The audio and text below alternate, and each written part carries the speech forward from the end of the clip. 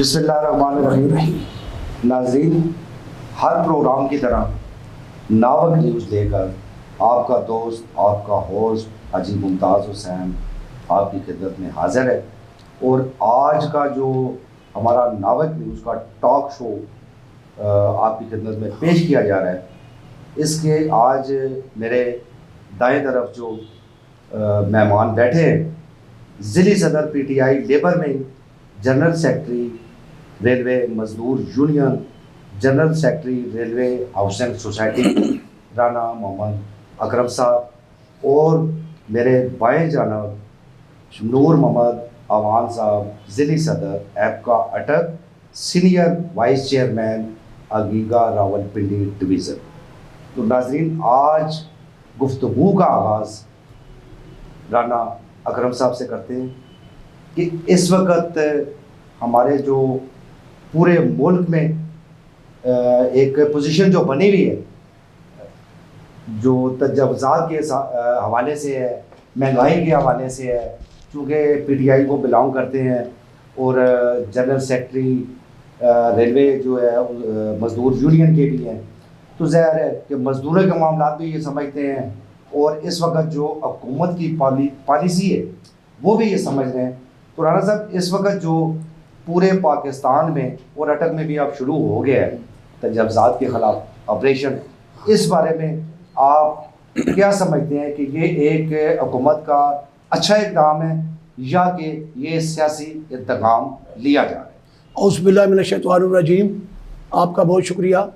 मैं यहाँ पर बात करना चाहूँ कि इमरान खान साहब प्राइम मिनिस्टर ने अभी हाल ही में कहा है कि पूरे पाकिस्तान में जो कब्ज़ा ग्रुप हैं सरकारी ज़मीनों पर या दीनी मदारस की ज़मीनों पर, जहाँ पर भी कब्ज़ा ग्रुप मौजूद हैं, उनसे कब्ज़ा वागुज़ार करके उन लोगों को दिया जाएगा, सरकारी ज़मीनें वापस उसी तरह महकमों को दी जाएंगी।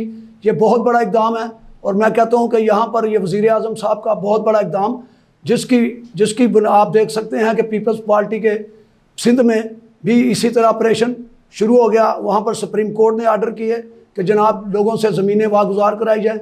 इसी तरह पंजाब में हमारे चीफ मिनिस्टर हैं बुज़दार साहब, वो भी बड़ी तेज़ी से इस काम में लगे हुए हैं। ये बहुत बड़ा इक़दाम है और ये PTI को इसका सेहरा जाता है कि 40-40 साल 30-30 साल पुराने कब्ज़े जो ज़मीनों पर कब्ज़े बड़े बड़े लोगों ने किए हुए थे, उनसे वागुज़ार कराएँ। ये बहुत बड़ा इक़दाम है। आज ये तो एक आपने कहा कि ये जो इक़दाम उठाए जा रहे हैं हुकूमत की तरफ से, मैं आपकी तरफ आता हूँ। अब मेरा जो दूसरा सवाल है आज के प्रोग्राम के हवाले से, वो नूर मोहम्मद अवान साहब से है कि एक तो आप ऐपका के ज़िली सदर हैं, जो कि ऑल पाकिस्तान क्लर्क एसोसिएशन है। दूसरी तंजीम अगीगा जो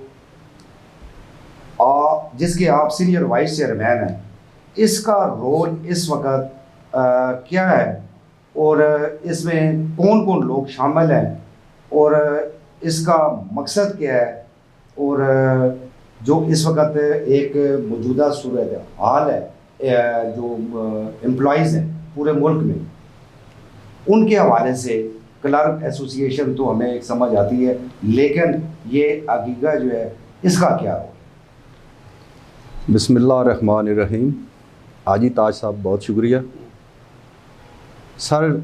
ये हमारी ऑल पाकिस्तान क्लर्क्स एसोसिएशन जो है ये ऐपका है और अगीगा जो है ये हमारी तमाम तंजीमें इकट्ठी करके एक प्लेटफार्म बनाया गया है। ये इस हवाले से जो आजकल हमारा एहतजाज चल रहा है तनख्वाहों के सिलसिले में, और ये मुलाजमीन के बहुत सारे हमारी डिमांड्स हैं, उस सिलसिले में जबकि हुकूमत को बार बार हम लोग एहतजाज कर रहे हैं लेकिन हुकूमत समझ नहीं रही है, तो तमाम तंजीमें इस पर इकट्ठी हो गई हैं और अगीगा का नाम दिया है all Pakistan employees grand alliance. ये अगीगा का शॉर्टकट नाम है। इसका मैं सीनियर वाइस चेयरमैन हूँ रावलपिंडी डिवीज़न का, और इस अगीगा का ये मंशूर मिशन है कि ये मुलाजमीन की आजकल जो डिमांड्स चल रही हैं ये गवर्नमेंट से मनमानी हैं, और इसके लिए एहतजाज धरने वगैरह का प्रोग्राम हम जो कर रहे हैं ये अब अगीगा के प्लेटफार्म से, जिसमें टीचर यूनियन भी शामिल है, क्लर्क यूनियन भी शामिल है, बल्कि तकरीबन 100 से ज़ायद यूनियंस जो हैं ये मुलाजमीन की इसमें शामिल हैं और मिल के ये एहतजाज कर रहे हैं। आपने जो अकीका के बारे में बताया और उनका रोल बताया, ये मेरा अगला सवाल आपकी तरफ भी आएगा। राना साहब, अभी आपने कहा कि एक जो तजावुज़ात के ख़िलाफ़ ऑपरेशन पूरे पाकिस्तान में शुरू हुआ है, तो ये आप इस वक्त जो अपोजिशन है जिसमें पीपल्स पार्टी है, नून लीग है, बाकी जमातें उसमें हैं, अब जब ये ऑपरेशन शुरू हुआ है, जैसे अटक में शुरू हुआ है, शेख आफ्ताब साहब के वो फॉर्म्स वगैरह जो सील किए गए, तो ये इस वक्त जितना आप देख रहे हैं सारा, क्या समझते हैं कि ये मुनसफाना हो रहा है या ये एक सियासी इंतकाम लिया जा रहा है? लेकिन जी, सियासी इंतकाम तो बिल्कुल नहीं लिया जा रहा। उमरान खान का विज़न है कि सबके साथ, जब नाम ही तरीक़ का इंसाफ है तो इंसाफ से चला जाए। आप देखें, सिंध में अगर किसी ने, हमारे किसी पार्टी के अहदेदार ने अगर कोई माजी में कोई काम ऐसा किया है तो वो अब अगर ओपन हो रहा है तो उसको वो भुगतना पड़ेगा। इसलिए कहीं पर भी ये बात ना की जाए। नून लीग भी उतनी ही है, पीपल्स पार्टी भी उतनी है, पीटीआई भी उतनी है। जो लोग कब्ज़ा ग्रुप हैं, जो इनमें कब्ज़ा करेंगे, जिन्होंने कब्ज़े किए हैं, उनसे छुड़ाएंगे और इंशाअल्लाह ताला लोगों को ज़मीनें मिलेंगी और वज़ीर आज़म का विज़न पूरा होगा। जैसा कि अभी ये ऑपरेशन शुरू किया गया राना साहब, डिप्टी कमिश्नर अली अनान कमर साहब ने, क्योंकि डिस्ट्रिक्ट को हेड करते हैं वो, पूरे जो अटक में एक शुरू हो रहा है, कुछ जगह पे हो रहा है, बाकी भी इंशाल्लाह कुछ दिनों में होगा। तो ये एक तो हुकूमत तो ठीक कर रही है, लेकिन इसमें जो अपोजिशन अपना जो एक शोर डाल रही होती है वो मुख्तलिफ, यानी एक बिल्कुल मुख्तलिफ रंग दिया जा रहा होता है उसको कि हमसे सियासी इंतकाम ले रहे हैं, हमारा ये हो रहा है। भाई, अगर सियासी इंतकाम ले रहे हैं तो आप कोर्ट में चले जाएं, ये लोग कोर्ट में क्यों नहीं जाते? देखें जी, सुप्रीम कोर्ट ने एक फ़ैसला दिया है पूरे पाकिस्तान के लिए कि जहाँ पर ज़मीनों पर कब्ज़े हैं उनको हुकूमत वागुज़ार कराए। तो जहाँ तक डिप्टी कमिश्नर अली अनान साहब का तल्लक है, तो वो एक सरकार के आदमी हैं। उन्होंने जो भी हुकूमत आएगी, किसी की भी हुकूमत हो, इन्होंने अपना इदारा चलाना होता है, इन्होंने पूरे ज़िले को चलाना होता है। तो जहाँ पर कोई इन्हें ज़मीन कब्ज़ा वाली नज़र आएगी उसको वागुज़ार कराएंगे। इसमें ना नून लीग का कोई जिक्र है। अभी यहाँ पर मैं एक जिक्र कर दूँ कि ये एक मस्जिद, हमारी मस्जिद है, उसमें 5 कनाल ज़मीन का एक अराजी का चल रहा है। उसकी 2-3 दिन में रिपोर्ट आ जाएगी और इंशाअल्लाह ताला मेरिट पर फैसला होगा और जामिया मस्जिद की जो ज़मीन है इंशाअल्लाह मेरिट पर मिलेगी। ये ना कहा जाए कि डिप्टी कमिश्नर साहब किसी की तरफदारी कर रहे हैं। डिप्टी कमिश्नर की एक ज़िम्मेदारी है, वो एक ड्यूटी वर्कर है। वो भी इसी तरह, जिस तरह के सरकार का एक मुलाजम होता है, जनरल से लेकर नीचे तक सरकार के, ये सब लोग सरकार के खिदमत गुजार होते हैं। इन्होंने अपनी अपनी नौकरियां कर दी और मेरिट पर कर दी। मैं आपसे मज़ीद भी मेरे सवाल जारी रहेंगे। नूर मोहम्मद साहब, एक तो आपका जो इस वक्त मुल्क की सूरत हाल पे एक आपने कॉल भी दी हुई है, उसके बारे में कल जो है वो 9/2/2021 को जो मीटिंग एक आपने म्यूनसिपल कमेटी हाल में रखी है, जिसको कन्वेंशन का नाम दिया गया है, तो इसमें आपने क्या मकासद हल करने के लिए ये मीटिंग की है और क्या का आपके जो एक डिमांड्स हैं वो क्या है हुकूमत से? क्योंकि ये एक आपने जो सिलसिला शुरू किया है एम्प्लॉइज़ के लिए, तो ज़ाहिर है वो एम्प्लॉइज़ भी इस वक्त पिस रहे हैं। तो आप हुकूमत से क्या डिमांड कर रहे हैं और हुकूमत आपको क्या नहीं दे रही? सर, ये पूरे पाकिस्तान में हमारा एहतजाज जारी है और हमारे मुलाजमीन की जो ये तनख्वाहें बढ़ानी होती हैं महंगाई के तनासब से, इस हुकूमत के तकरीबन ये 2 बजट गुज़र चुके हैं, जबकि पहले साबका तमाम हुकूमतें जितनी भी पाकिस्तान में गुज़री हैं वो हर साल बजट के मौका पर महंगाई के तनासब से मुलाजमीन की तनख्वाहें बढ़ाती थी। जबकि इस हुकूमत ने 2 बजट जो गुजारे हैं इसमें मुलाजमीन का कुछ ख्याल नहीं किया। उस पे जब मुलाजमीन ने रौला डाला है और एहतजाज शुरू किए हैं, तो उस पे हमारी तंजीमें अब पूरे मुल्क में काम कर रही हैं। और कल के हवाले से चाह रहे हैं कि जो बजट में मुलाजमीन को रिलीफ नहीं दिया गया, जी, जो कि 1 साल के बाद जो भी हुकूमत होती है वो देती है, लेकिन इस दफ़ा वो नहीं दिया गया। जी। आवाम महंगाई के हाथों जो पिस रहे हैं, जी। उनकी आवाज़ बन के आप ये सारा जो प्लेटफॉर्म यूज़ कर रहे हैं, इस मकसद के लिए यूज़ कर रहे हैं? जी अल्हम्दुलिल्लाह, ये इस प्लेटफार्म को हम मुलाजमीन के लिए यूज़ कर रहे हैं। ये क्या मुलाजमीन इसमें के कोई लिए ऐसा कुछ सियासी मकसद तो नहीं है? नहीं सर, ये तो हम नहीं चाहते, बल्कि ये हमारी जो कल परसों 10 की जो कॉल है हमारी, उधर इस्लामाबाद धरना है, इसमें ये PDM के मौलाना फजल रहमान साहब ने भी एक बयान जारी किया है कि हम मुलाजमीन के साथ उधर तावन करेंगे। लेकिन मैं इनसे इल्तजा करता हूँ कि हमारा ये जो है ये मुलाजमीन का अलग ये हमारा इशू है, और हम चूँकि गवर्नमेंट के मुलाजिम हैं और हमने गवर्नमेंट ही से लेना है जो कुछ लेना है, हम गवर्नमेंट के ख़िलाफ़ नहीं हैं। लेकिन हम जो काम कर रहे हैं ये आवाज़ इसलिए बुलंद कर रहे हैं कि हमें IMF का जो एजेंडा है ये ना मंजूर है। हमारे साथ IMF ज़्यादती कर रही है और हम हुकूमत के साथ हैं, हम हुकूमत के ख़िलाफ़ नहीं चलते हैं। और उनसे हमारी PDM से इल्तिजा है कि वो उनका हमारा दर्द उन्होंने नोट किया है, उनके हम बहुत ज़्यादा मशकूर हैं। और इस पे जो है हमारा जो एहतजाज है ये हम चाहते हैं कि हम सिर्फ मुलाजमीन ही करें और अपनी डिमांड्स पूरी करवाएं गवर्नमेंट से। यानी आप चाह रहे हैं कि ये आपका जो एहतजाज है बिल्कुल अलग थलग जी है। सर जी। और PDM के साथ अगर वो इज़हार हमदर्दी उन्होंने की तो उनका शुक्रिया भी आप अदा कर रहे हैं। जी जी। लेकिन उनके साथ मिल के नहीं कर रहे। नहीं सर, यानी एम्प्लॉइज़ और PDM का बिल्कुल अलग अलग प्लेटफॉर्म होगा। जी ये हमारा अलग मामला है उनसे। हमारे कोई सियासत नहीं है, हम सियासी नहीं हैं, बल्कि हम तो एक ओहदेदार हैं मुलाजमीन के। हम मुलाजमीन की आवाज़ बुलंद कर रहे हैं, ऐवानों तक मुलाजमीन की आवाज़ पहुंचाने के लिए यहाँ पे एहतजाज हो रहा। कल जो हमारा कन्वेंशन है इसके बारे में आपने सवाल किया है, तो हमने अटक में वो हमारे जो एगीगा के ओहदेदार हैं जो पूरे पंजाब में ये कैंपेन चला रहे हैं, उन्होंने तमाम अज़ला में वो गए हैं और उन्होंने अपना 10 तारीख के हवाले से अपना मंशूर लोगों को बताया है और लोगों को तैयार किया है कि वो 10 तारीख को हर हालत में इस्लामाबाद पहुंचेंगे। तो सबसे आखिर में उन्होंने अटक में हमारे पास ये प्रोग्राम रखा है कि लोगों को वो 10 के बारे में आगाह करेंगे और उनको ये तरतीब बताएंगे कि किस तरह आना है और किस तरह उधर रहना है। तो इसके लिए हमने कल उनको यहाँ पे खुशामदीद करना है अटक में कमेटी के कमेटी हाल में। और कल का जो एक आपने प्रोग्राम बताया कि पंजाब की जो क़यादत है वो यहाँ आएगी और 10 तारीख का जो लाए अमल है वो उस पर गुफ्तो शनीद और अपना एक एजेंडा बयान करेगी, उस पर आपने काम करना है। नाज़रीन, इस वक्त हमारे साथ एक बड़े अच्छे सिंगर मौजूद हैं, मोहम्मद आरिफ साहब, जो कि तुरबेला गाजी से आए हैं।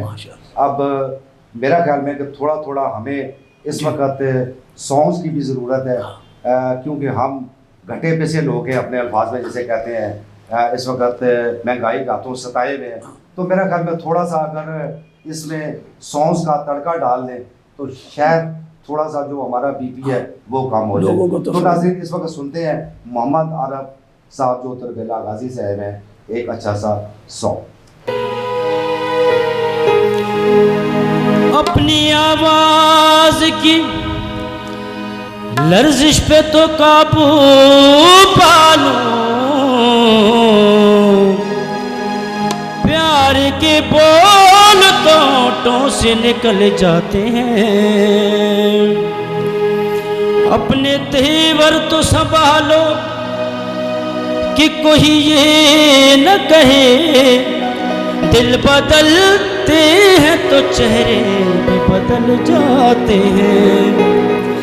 आपको भूल जाए हम, आपको भूल जाए हम, इतने तो बेवफा नहीं, आपको भूल जाए हम, इतने तो बेवफा नहीं, आपको भूल जाए हम।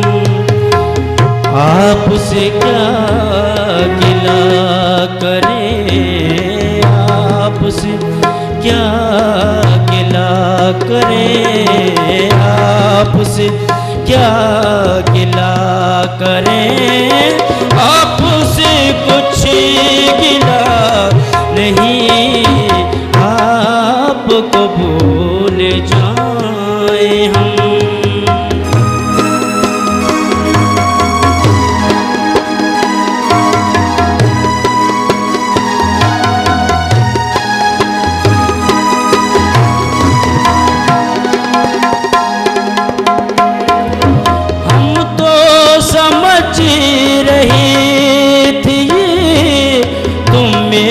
प्यार मिल गया,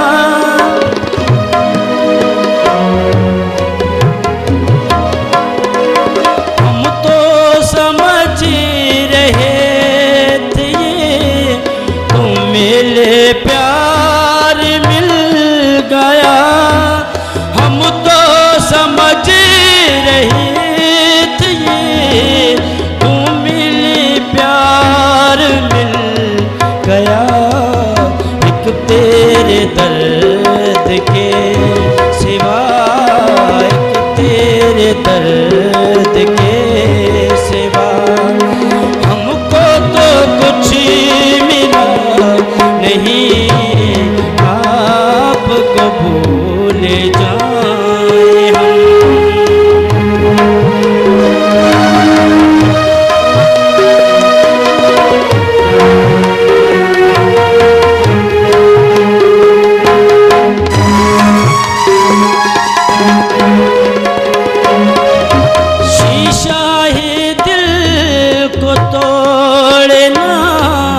उनका तो एक खेल है,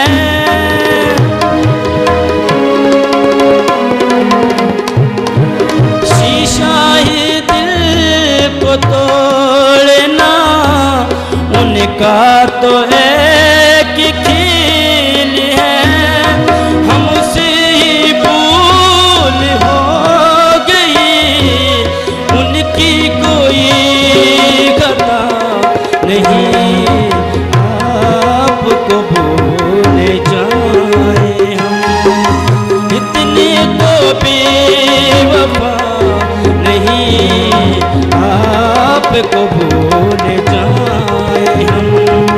इतने तो बेवफा नहीं, आपको भूल जाए हम।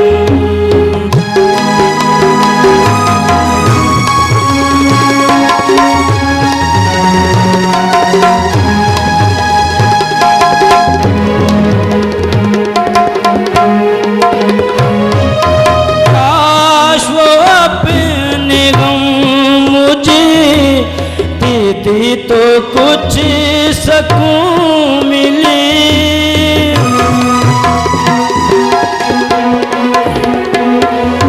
काश वो अपने गम मुझे देते तो कुछ सकून मिले। वो कितना बदनसीब है, हम भी जिसे मिला नहीं, आपको भूल जाए हम।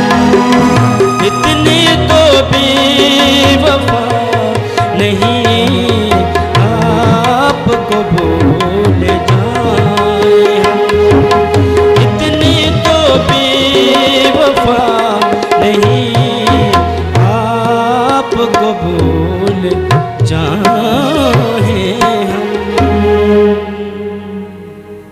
जी नाज़रीन, वेलकम बैक। राना साहब बड़े दूर से हमारे सिंगर आए हुए थे, मोहम्मद आरिफ साहब जो तरबेला गाजी से तशरीफ लाए हैं, तो इनका सॉन्ग सुन के आपको कैसा महसूस हुआ कि इस वक्त का जो एक ट्रेंड चल रहा है सॉन्ग्स का, तो आपने क्या समझते हैं कि उन्होंने एक अच्छी परफॉर्मेंस की, या वो जिस तरह आजकल पीटीआई का ही दौर चल रहा है कि आटा सस्ता ये वो ऊपर नीचे करके तेल महंगा कर दिया, उस तरह का सॉन्ग नहीं आपको महसूस? नहीं, उन्होंने बहुत अच्छा सॉन्ग गाया, माहौल को खुशगवार कर दिया। ये बहुत अच्छा टैलेंट है, नया टैलेंट आगे आएगा तो अच्छी बात होगी। बहुत अच्छा गाया। यानी जैसे इमरान खान साहब आए हैं, इसी तरह ये हमारे नए सिंगर आए हैं, इन्होंने माशाल्लाह बड़ा अच्छा परफॉर्म किया। नूर मोहम्मद अमान साहब, आपने भी सॉन्ग सुना, आपको कैसा लगा सॉन्ग हमारे सिंगर बहुत- मोहम्मद आरिफ साहब? लुत्फ़अंदोज़ हुए हैं। और आप वाली बात है कि हमारे वो दुख का मदावा हो गया है एक तरह का, कि अब हम गम गुस्से में थे थोड़ा सा वो एहतजाज के हवाले से। BP low. जी, बीपी लो कर BP दिया है लो। आपने। तो माशाल्लाह से सवालात का आगाज़ करते हैं। राना साहब, आप ये बताइए कि आप मज़दूर यूनियन के भी, रेलवे मज़दूर यूनियन के भी अहदेदार हैं, तो अटक के अंदर हाउसिंग सोसाइटी बने हुए काफ़ी अरसा हो गया, जबकि पूरे पाकिस्तान में रेलवे मुलाजमीन जो हैं उनको प्लॉट्स मिल चुके हैं, वो घर बना के उसमें रहाइश पजीर भी हैं। लेकिन अटक एक ऐसा ज़िला है जहाँ पे आज तक रेलवे मुलाजमीन को प्लॉट अलाट नहीं किए गए, जबकि अगर दूसरी तरफ देखें तो रेलवे की ज़मीन पे भी लोगों ने काफ़ी कब्ज़ा किया हुआ है।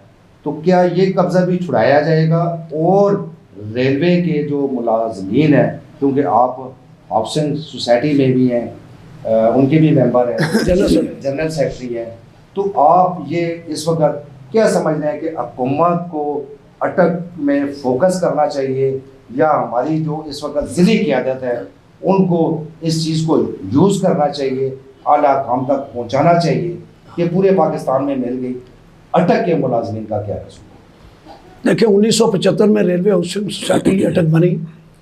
उसके बाद की जो हाउसिंग सोसाइटियाँ रावलपिंडी वाली, पेशावर वाली, लाहौर वाली, कराची वाली, तमाम हाउसिंग सोसाइटियों को रेलवे की ज़मीन हर सियासी दौर में लोगों को मिली, लेकिन बदकिस्मती से रेलवे हाउसिंग सोसाइटी अटक को ये ज़मीन ना मिल सकी।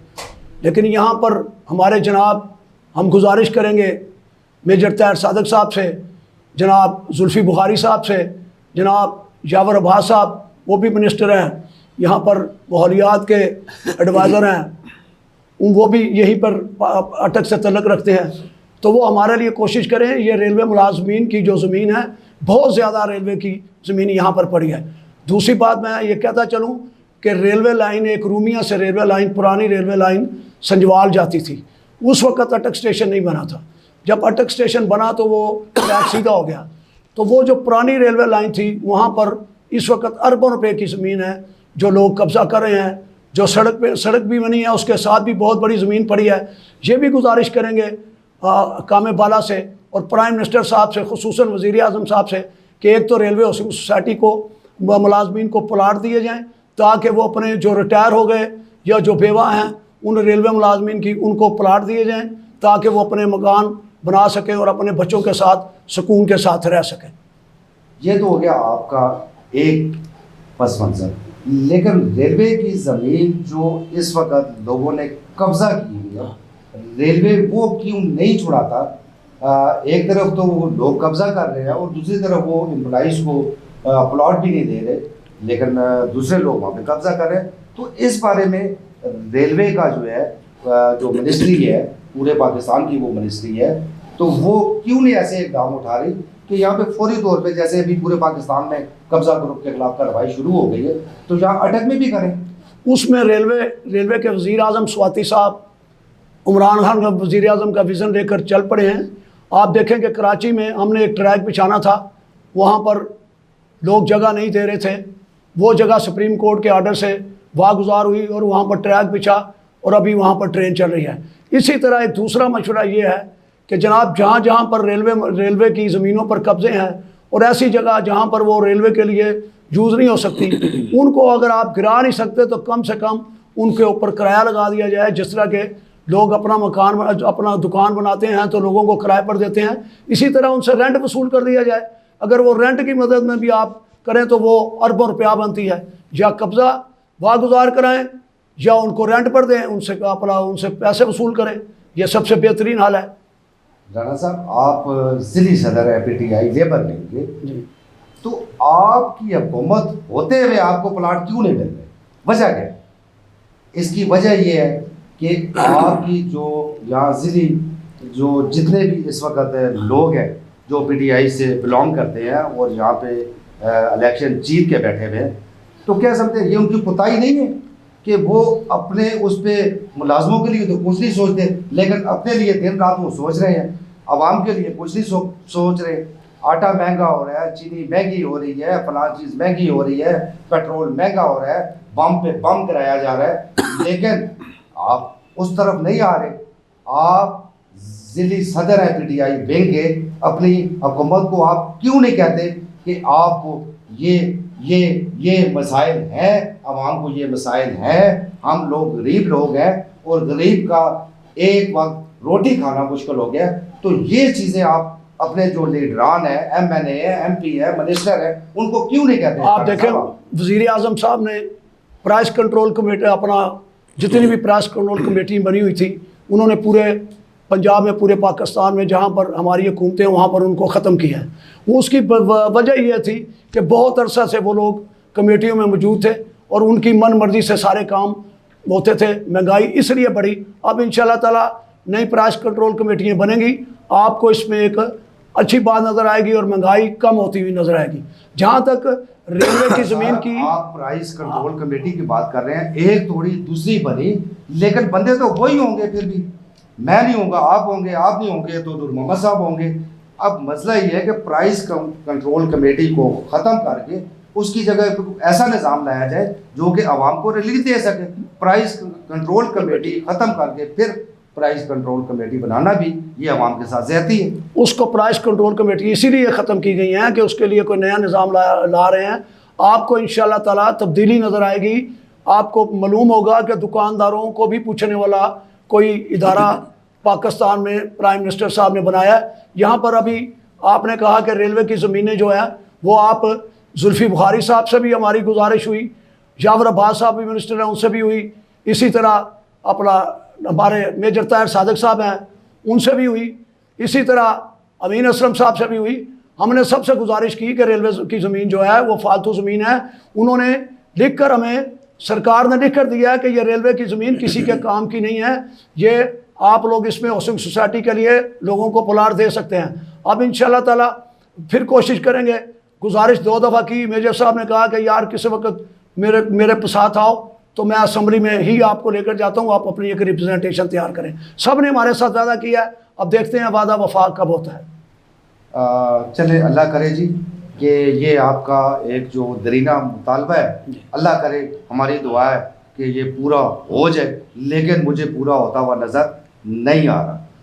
इसलिए नहीं आ रहा कि हमारी इस वक्त अटक के जितने MNA MPA, चाहे वो इस वक्त एडवाइज़र हैं, कोई इंटरेस्ट नहीं ले रहा। इंटरेस्ट लेना चाहिए। कल PTI ने इलेक्शन लड़ना है, बल्दियात के इलेक्शन आने हैं।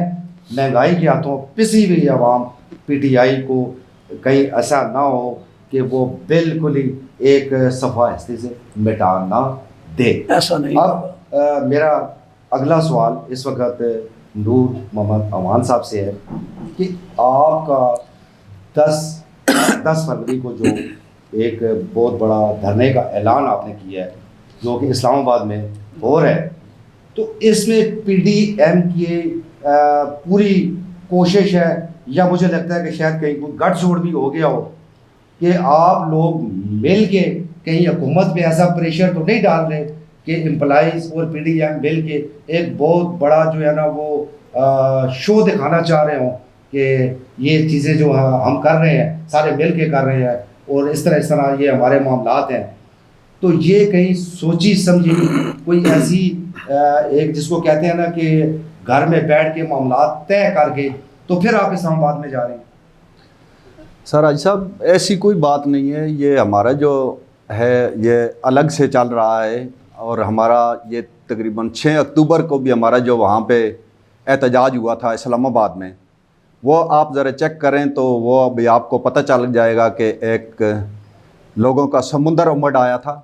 और हमें ज़रूरत बंदों की नहीं है, हमारे मुलाजमीन अल्हम्दुलिल्लाह पूरे पाकिस्तान से तमाम सूबों से अब भी 2-3 दिन पहले आके वहाँ पे बैठे हुए हैं और अभी तक 2 दिन रहते हैं। 10 को तो इंशाल्लाह पूरा जो है हमारा वो पाकिस्तान के मुलाजमीन जो हैं इस्लामाबाद भर जाएगा उनसे।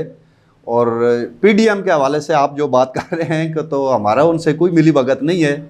हम तो चाहते हैं कि ये हमारी मुलाजमीन की अलग काज है, ये अल्हम्दुलिल्लाह अल्लाह करे पूरी हो जाए और हुकूमत जो है वो हमारी बात सुन ले, उससे पहले पहले भी 10 से पहले हम चाहते हैं कि अगर हुकूमत हमारे मुतालबात तस्लीम कर ले तो हमें ये एहतजाज की ज़रूरत ही ना पड़े, बल्कि हम तो वो जो हमारा 10 को एहतजाज है, हम तो चाहते हैं कि अगर हमारी डिमांड्स पहले पूरी हो जाती हैं, हमारा नोटिफिकेशन जारी कर दे गवर्नमेंट। वैसे तो गवर्नमेंट हमें लॉलीपॉप देती आ रही है, कहते हैं कि हमने कमेटी बना दी है, जिस तरह राणा साहब कह रहे हैं कि कमेटियाँ बन गई हैं महंगाई कंट्रोल करने के लिए, तो हमारी भी तनख्वाहें बढ़ाने के लिए बहुत सी कमेटियाँ बन चुकी हैं।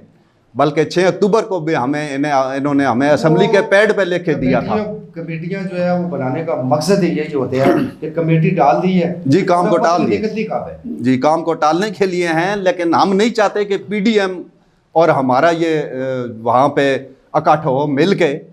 उनका बहुत शुक्रिया है कि उन्होंने हमारे दर्द को नोट किया है, और अब ये काम जो था ये तो हुकूमत का था। गवर्नमेंट के नुमाइंदों को चाहिए कि वो हमारी बात सुने, हमारा दर्द नोट करें, वो हमारे मंशूर को समझे कि ये क्या चाहते हैं और क्यों ये लोग आ रहे हैं, पूरे पाकिस्तान से अवाम क्यों आ रही है। चले पीडीएम वाले तो आते हैं तो उनको तो हुकूमत चोर कह देती है और इल्ज़ाम उन पर लगा देती है। तो ये मुलाजमीन जो हैं ये तो नहीं है ना इस तरह के, इन्होंने तो कोई डाका नहीं डाला हुआ है। ये तो अपने बच्चों के पेट पालने के लिए अपनी जायज़ अपना हकूक मांग रहे हैं, जो हर हुकूमत देती है, हर बजट में देती है। तो इन्होंने 2-3 बजट जब गुजार दिए हैं तो ये नाजायज़ है, और महंगाई जो है वो आसमानों से बातें कर रही है।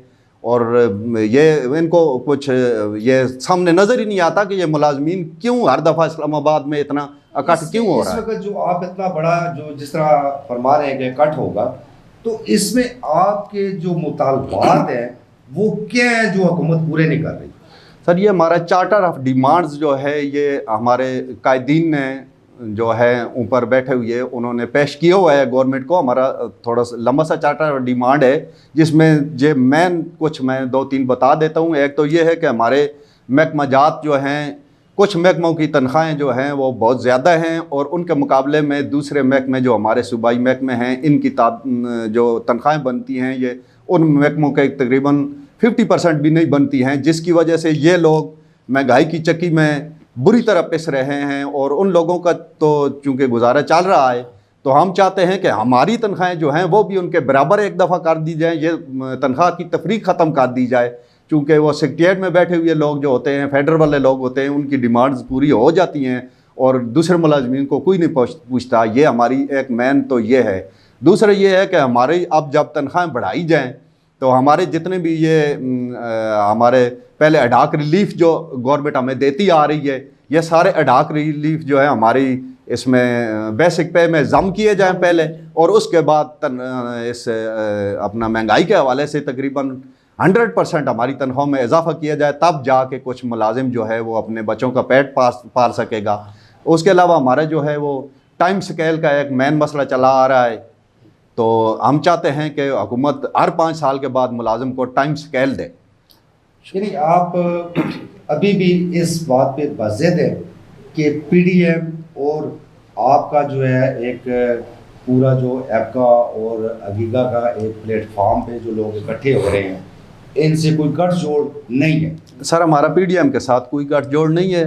हमारा अलग ये गवर्नमेंट से हमारी ये डिमांड्स हैं, हम अपनी डिमांड्स चाहते हैं। हमारा पीडीएम से हम सियासत के साथ कोई सियासियों के साथ मिल के ये नहीं करना चाहते, हुकूमत गिराना भी नहीं चाहते। हम तो चाहते हैं हुकूमत चले, लेकिन महंगाई के तनासब से हमें रिलीफ दे दिया जाए। तो हमारा सियासी होके जी हम गैर सियासी होके करना चाहते हैं, ताकि मोहम्मद अवान साहब जी इस वक्त हम भी गैर सियासी होते हैं, और हमारे जो मेहमान सिंगर जो आए हुए हैं हमारे मोहम्मद आरफ खान साहब तबेला गाजी से, एक सॉन्ग उनसे सुनते हैं और आप खुद ही बताएंगे कि ये कैसी सिंगिंग करते हैं।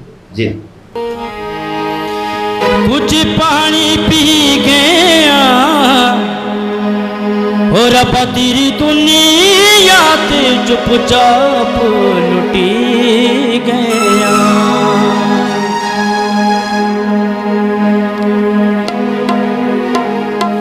ओ फुल पावा चुनिया ते ओ सोहने ते बहु वेखे नहीं तेरे जिया दुनिया ते।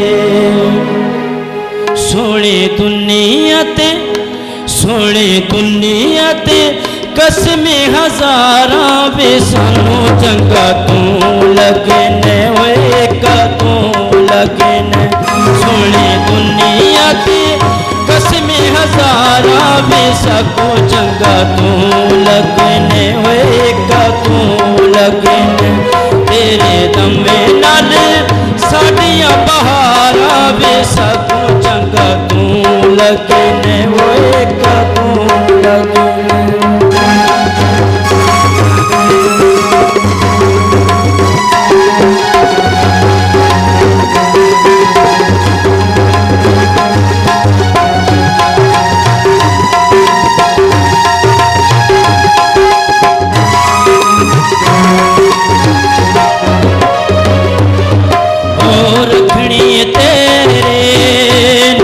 पहचाने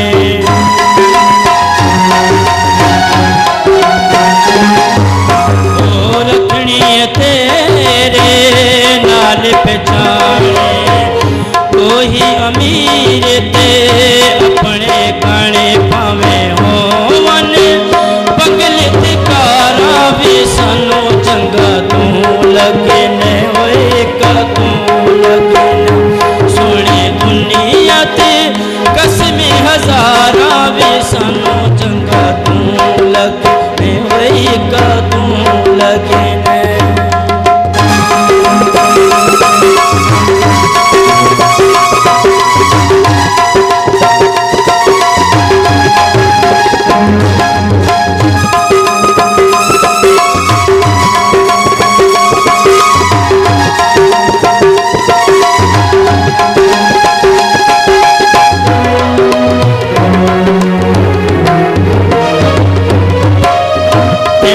ख्याल ने शाम सवेरे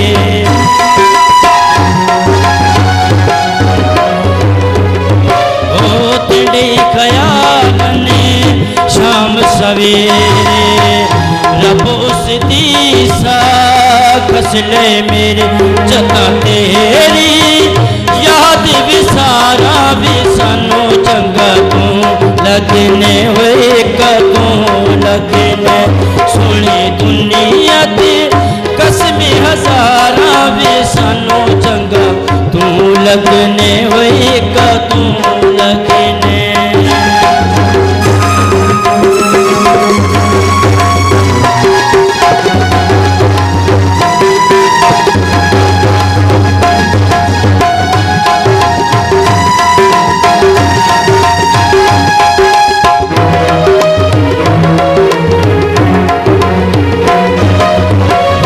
कमले दिलदार रोज तिहाड़े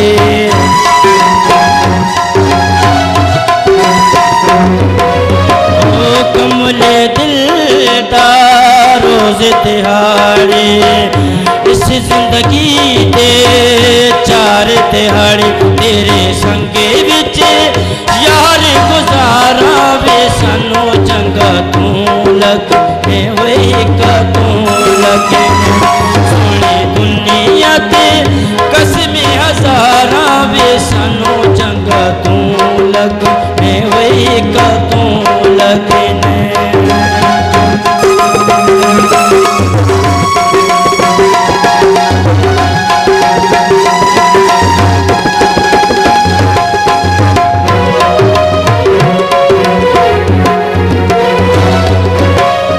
जितना शुक्र करा है थोड़ा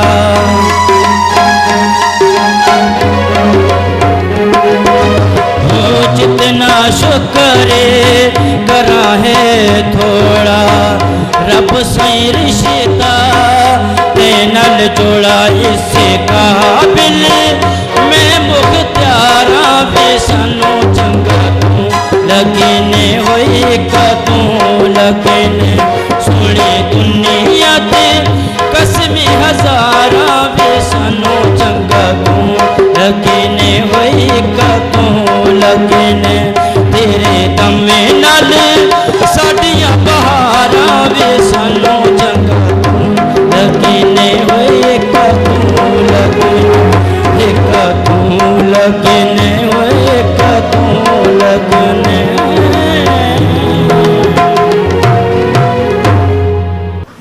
खैर नाज़रीन, सॉन्ग सुनने के बाद वेलकम, यानी मोहम्मद आरफ साहब जो तरबेला गाजी साहब हैं, एक और सॉन्ग उन्होंने आपके सामने पेश किया।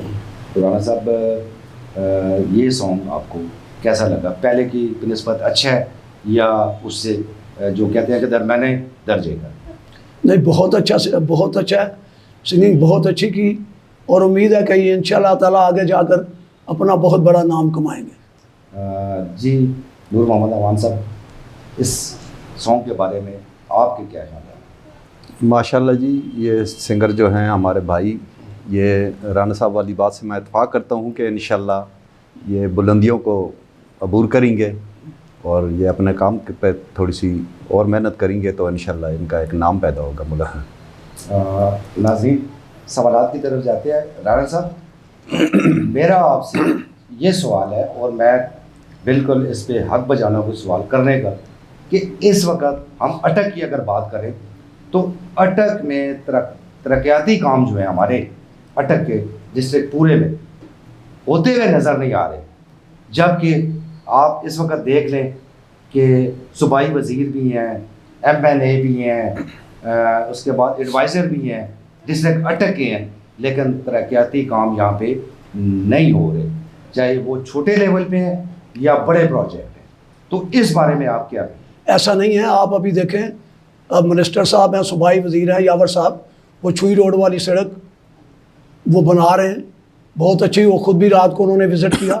इसी तरह तकरीबन 200 के करीब स्कीमें इस वक्त अपना मिल गई हैं लोगों को, और आगे 200 के करीब मिलने वाली हैं। उसमें आप मेजर साहब का देख लें, मेजर साहब की स्कीमें बड़ी ज़ोर शोर से शुरू हो गई हैं। उसमें मेरे जो कौंसलर मेरे इलाके के जो हल्के में आते हैं, शेख निसार साहब, उन्होंने भी अपना स्कीमें शुरू की हैं। इसी तरह यावर साहब के इलाके में जो लोग हैं, इसी तरह अमीन साहब के इलाके में जो लोग हैं, हर जगह पर लोगों को स्कीमें शुरू हुई हैं। लोगों को सुई गैस के लिए पाइपलाइनें बिछ रही हैं, रोड बन रहे हैं, स्कूल बन रहे हैं। ये सब कुछ अब जब बनेगा, सब कुछ सामने आएगा तो आपको यकीन आएगा। आप साफ़ी हमारी बात का यकीन तो नहीं करते, लेकिन सारा दिन आप भी हमारे साथ ही होते हैं।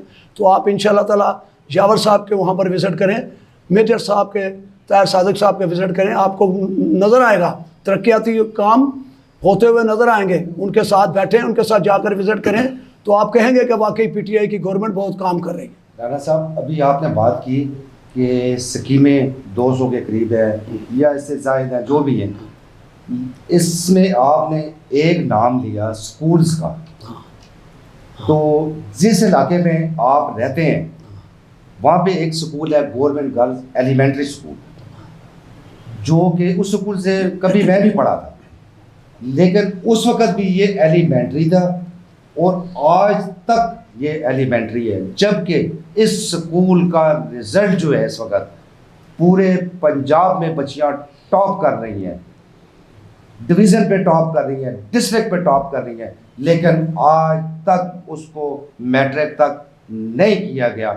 बार बार, चाहे वो मेजर साहब है, चाहे वो यावर अब्बास बुखारी साहब है, या कोई भी हुकूमती अहदेदार है, इस तरफ तो तवज्जो नहीं दे रहे। वो क्या हमारे गरीब की बच्चियाँ, जिसमें मैं खुद शामिल हूँ, हम इस पसमानदा इलाके में रह रहे हैं, क्या गरीब की बच्ची को पढ़ने का हक नहीं है कि वो एक new town, Farooq Azam, Mohammadpur colony, railway colony, Mirpura गरबी, शर्की, किसी जगह ये बहुत बड़ा एरिया बनता है, इसमें महमूदाबाद को भी आप शामिल करें, लेकिन आज तक आप कहते हैं भाई साहब ने बड़े काम कराए।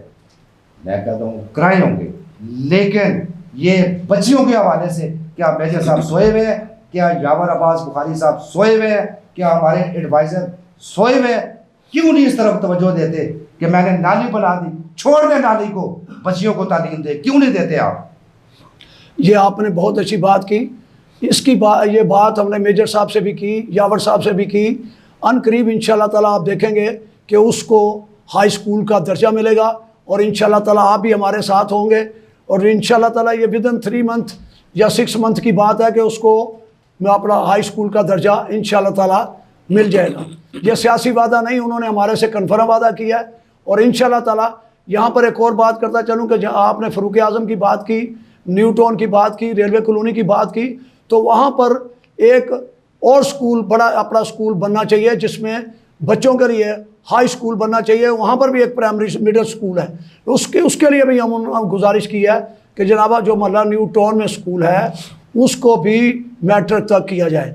और उसका वादा तो यावर साहब ने हमारे साथ किया है, मेजर साहब ने भी किया है कि इंशाल्लाह ताला देखें आपको अच्छी प्रोग्रेस मिलेगी। दोनों काम करने वाले हैं। और इसी तरह एडवाइज़र साहब तो दूर से आते हैं, लेकिन एडवाइज़र साहब से भी कहेंगे कि खुदारा आप ही आ जाएं, आप ही शहर में भी आपका एक डेरा है, आपने डेरे को भी चलाना है, तो मेहरबानी है वो स्कूल को हाई स्कूल का दर्जा राणा दिया। साहब इसमें बड़ा काम हुआ है। हमारे उस इलाके के काउंसलर हैं शेख निसार अहमद साहब, बड़ी तकोदो उन्होंने की, बल्कि यहाँ तक कि वो पूरी जो अपना उस टेनोर में था कि वो चाहे वो मेजर साहब है चाहे वो कोई भी है, हर बंदे से कांटेक्ट में रहे। लेकिन वो कागज़ जहाँ जाता है वहीं पड़ा है, आज तक वो एजुकेशन डिपार्टमेंट में पड़ा हुआ है, आगे नहीं गया। उसकी वजह कि ये गरीब बच्चियां जो पढ़ती हैं इनको आगे नहीं आने देना। क्या ये पीटीआई की पॉलिसी है कि गरीब बच्चियां आगे ना जाए?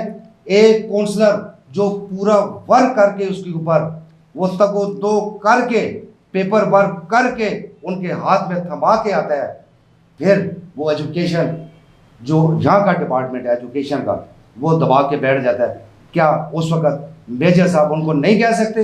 क्या उस वक़्त यावर अब्बास बुखारी साहब जो इस वक्त हमारे पंजाब के मिनिस्टर हैं वो नहीं कह सकते? हमारे एडवाइज़र नहीं कह सकते? मैं बार बार कहता हूँ, हर दुनिया में किसी जगह आप चले जाएं, ख़ास तौर पे बच्चियों की तालीम पे ज़्यादा जोर दिया जाता है कि अगर माँ पढ़ी लिखी होगी तो बच्चे पढ़े लिखे होंगे। वहाँ ये नहीं होता कि बच्ची पढ़ी लिखी होगी, माँ बेटे को भी पढ़ाएगी, माँ बच्ची को भी पढ़ाएगी। लेकिन क्या ये इस वक्त मेजर तैयार सादिक साहब को याद नहीं आता? जब वोटें लेने के लिए आते हैं तो मैं स्कूल को क्या, मैं इस स्कूल को कॉलेज तो क्या यूनिवर्सिटी बना दूंगा, और खुदारा इसको मैट्रिक तक स्कूल बना दे। आप इसको कॉलेज या यूनिवर्सिटी क्या बनाएंगे, इसको मैट्रिक तक बना दे कि वो बच्चियाँ जो खर्चा अफोर्ड नहीं कर सकता, मजदूर आदमी 500 रुपये दिहाड़ी देता है, वो रिक्शा एक महीने का 4-4, 5-5 हज़ार कैसे देगा? उसके घर में खाने के लिए नहीं है, वो बच्चियों को कैसे पढ़ाएगा? खुदारा मैं यावर अब्बास बुखारी साहब को भी रिक्वेस्ट करता हूँ, मेजर साहब को भी करता हूँ, एडवाइज़र को भी करता हूँ, आए हमारे स्कूल का रिजल्ट देखें। इस अटक के वो पसमानदा इलाका जो हमारे इस पूरे डिस्ट्रिक्ट अटक में सबसे बेहतरीन रिजल्ट देने वाला है, लेकिन वो यूं का तू पड़ा हुआ है, उसकी हालत देखें। अब एक वहाँ पे ऐसी हेड मिस्टर बैठा दीजिए।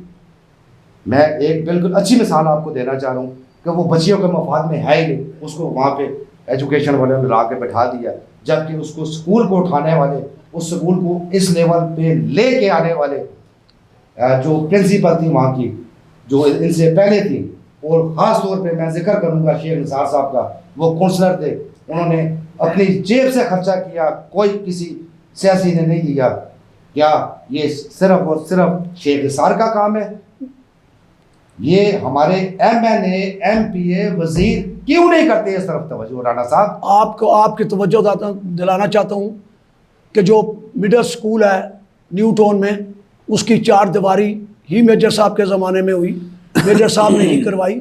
ऐसी बात नहीं, एजुकेशन यूनिवर्सिटी देख लें, कामसेट यूनिवर्सिटी मेजर साहब लेकर आए, आपके कॉलेज को अपग्रेड किया, काम हुए हैं। चाहे कोई भी सियासी पार्टी का MNA आया, अटक में उन लोगों ने काम किए। आज एजुकेशन यूनिवर्सिटी बहुत बड़ा काम है, कामसेट यूनिवर्सिटी, एग्रीकल्चर यूनिवर्सिटी, ये बहुत बड़े काम हैं। आप के इल्म में लाना चाहते हैं कि ये स्कूल इंशाल्लाह ताला इसको मैट्रिक तक हो जाएगा, लेकिन ये बात आप ना कहें कि मेजर साहब या हमारी जो पार्टी है पापुलर PTI की पार्टी है वो काम नहीं कर रही। वो इंशाल्लाह ताला आपको बड़े नज़र आएंगे। आपको वज़ीर आज़म का विज़न नज़र आएगा, एजुकेशन पर, हेल्थ पर, और ये कब्ज़ा वागुजार कराने पर, ये तीनों पर आपको इंशाल्लाह ताला विज़न नज़र आएगा। चले अच्छी बात है जी, अल्लाह करे जैसे आप कह रहे हैं। होता हुआ मुझे नज़र नहीं आ रहा, मैं राणा साहब फिर बार बार ये बात आपसे कह रहा हूँ, होता हुआ मुझे नज़र नहीं आ रहा, लेकिन आप कह रहे हैं। चले मैं जैसे सियासियों की बात मानता आ रहा हूँ, आपकी भी बात मान देता हूँ। अल्लाह करे कि ये स्कूल अपग्रेड हो जाए। मैं इस वक्त नूर मोहम्मद अवान साहब से मैं सवाल करना चाह रहा हूँ, और बड़ा अहम सवाल है कि आपने कहा जी कि हमारे ये मुतालबात हैं जो भी इस वक्त आपने हुकूमत से किए, जायज़ मुतालबात हैं, आपके पूरे होने चाहिए, और हुकूमत को फौरी तौर पे इनको मानना भी चाहिए, क्योंकि ये वो लोग हैं कि जो कोई भी हुकूमत आई उसके साथ काम करते करते यहाँ से रिटायर भी हो जाते हैं, बल्कि कई लोग यहाँ से अपनी ज़िंदगी का खात्मा कर गए, यानी इस दुनिया से भी चले जाते हैं। लेकिन आज तक इस तबके को कुछ नहीं दिया गया। मैं नूर मोहम्मद अवान साहब, ये मेरा सवाल जो बड़ा अहम सवाल आपकी तरफ आ रहा है कि आप हुकूमत को क्या इस वक्त कहना चाह रहे हैं, या आपकी एक जो इतनी बड़ी तंजीम साजी है कि वो इस्लामाबाद में जाने के लिए तैयार है, मरने के लिए तैयार है, मर तो खैर पहले ही रही है, भूखी मर रही है, उनके पास कुछ है ही नहीं खाने के लिए, यहाँ भी मर रहे हैं वहाँ भी मर रहे हैं, तो चले वहाँ मर जाएंगे, कम से कम वो इस वक्त अवाने वाला में जो बैठे हैं वो देख तो लेंगे। तो इस बारे में आप क्या कहें?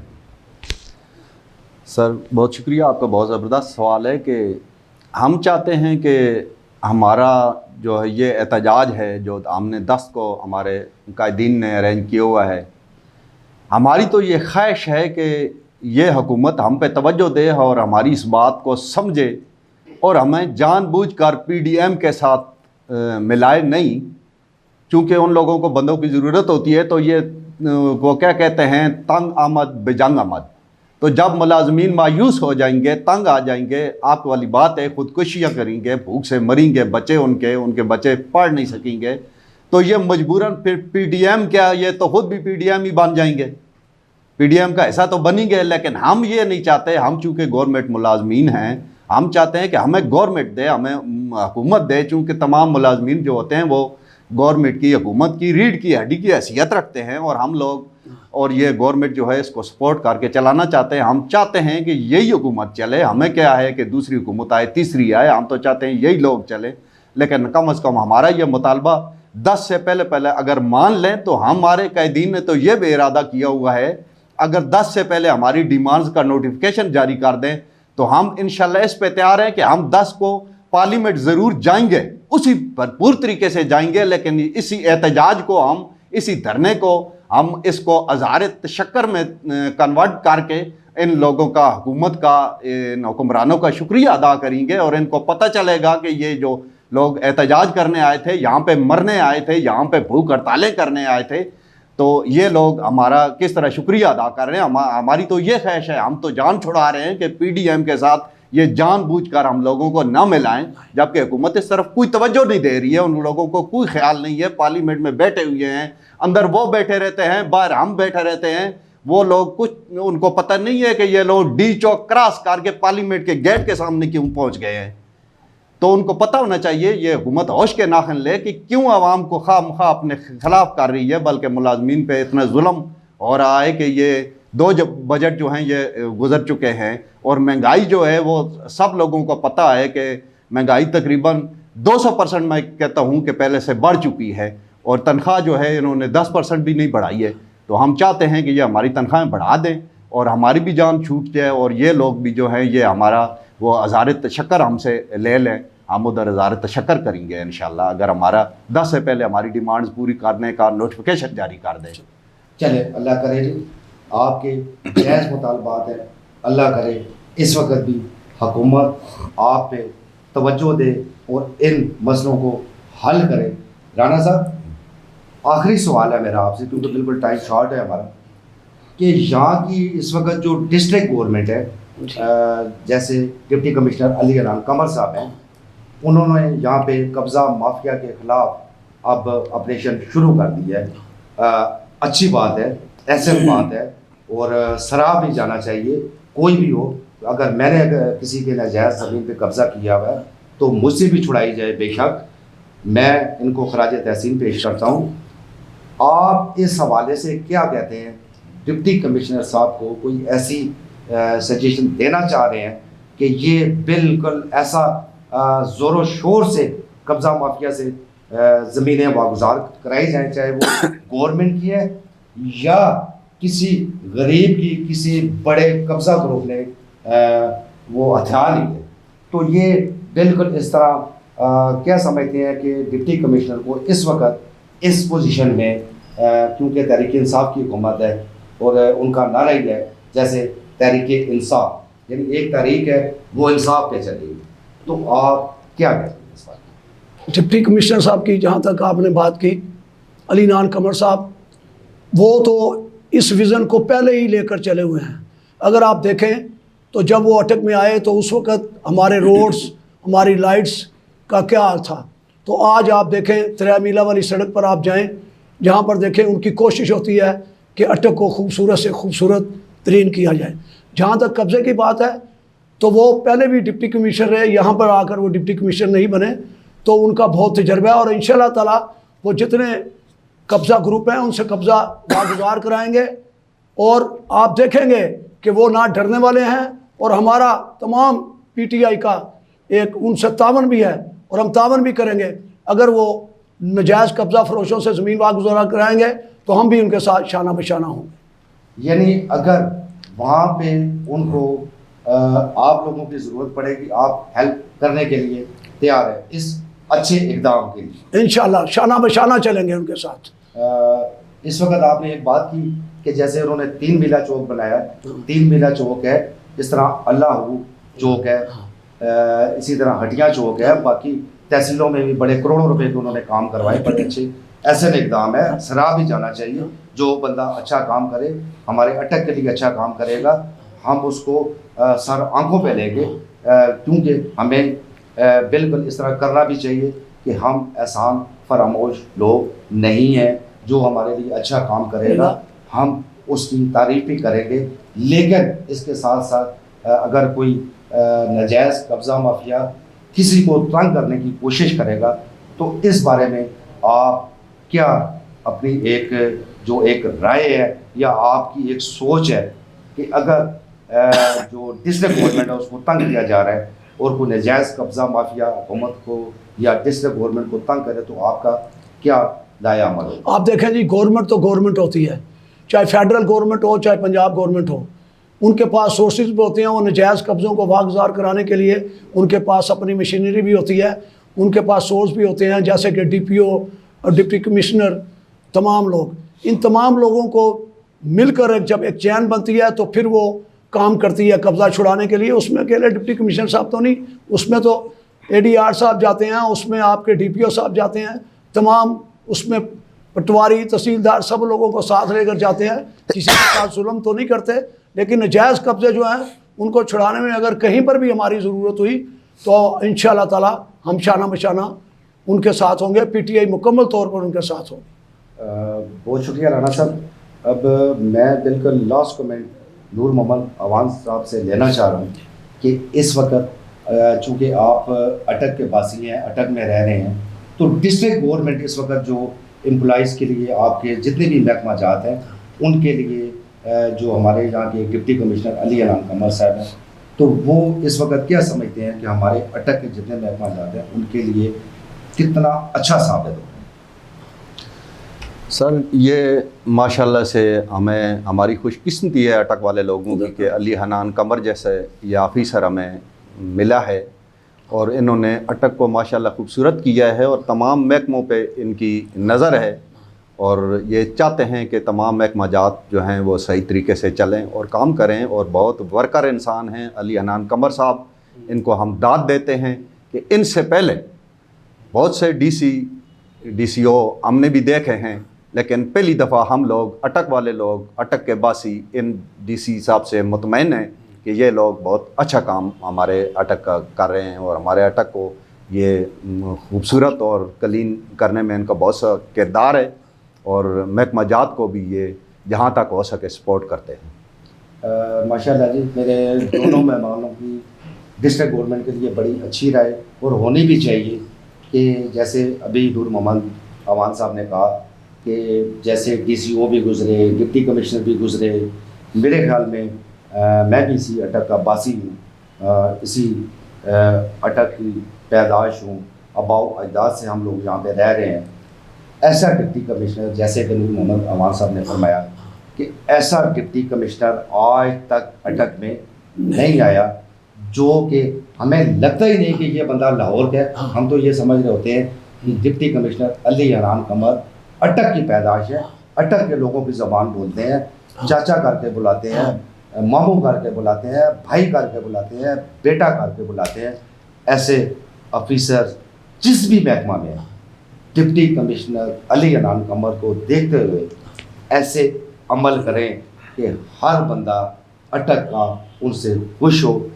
आखिर में मेरे जो एक अल्फाज समेटने वाले होते हैं कि आज के इस प्रोग्राम के मेरे मेहमान राना मोहम्मद अकरम साहब, मेरे दूसरे मेहमान नूर मोहम्मद अमान साहब, या मेरी कोई भी बात किसी भी शख्स को बुरी लगी हो या किसी की दिल आज़ारी हुई हो, तो उसके लिए मैं अपने मेहमानों के साथ खुद भी माज़रत हुआ हूँ, फिर भी माज़रत करता हूँ। इंशाअल्लाह फिर अगले प्रोग्राम में आपके साथ किसी नए टॉपिक के साथ हाज़िर होंगे। तब तक के लिए मुझे इजाज़त दीजिएगा। पाकिस्तानी फ़ौज जिंदाबाद, पाकिस्तान पाइंदाबाद। अल्लाह। ये झुकी झुकी निगाहें, इनमें सलाम कर लूं। ये झुकी झुकी निगाहें, इनमें सलाम कर लूं। यही अपनी सुबह कर लूं, यही अपनी शाम कर लूं। ये झुकी झुकी निगाहें, इनमें सलाम कर लूं। ये झुकी झुकी निगाहें।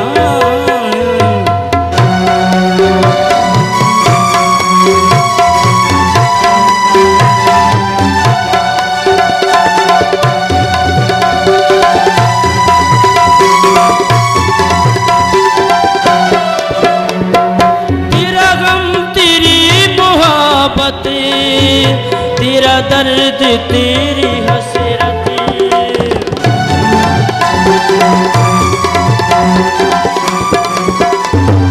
तेरा गम तेरी मोहब्बत, तेरा दर्द तेरी हसरत। तेरी हो अगर इजाजत, तो मैं अपने नाम कर लूं। ये झुकी झुकी निगाहें, इनमें सलाम कर लूं। ये झुकी झुकी निगाहें।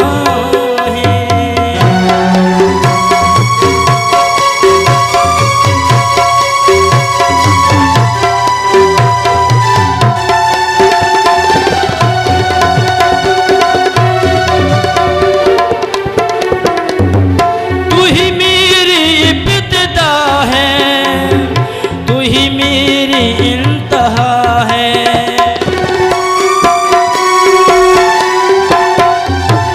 तू ही मेरी इब्तिदा है, तू ही मेरी इंतहा है।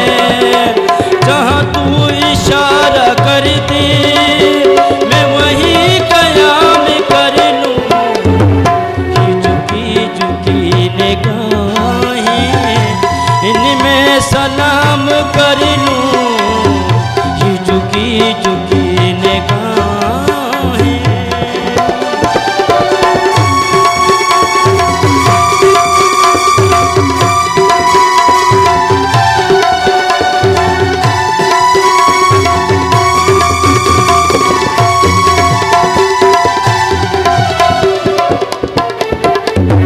तेरी जुल्फ के ये साए, बसा पाके कौन चाहे।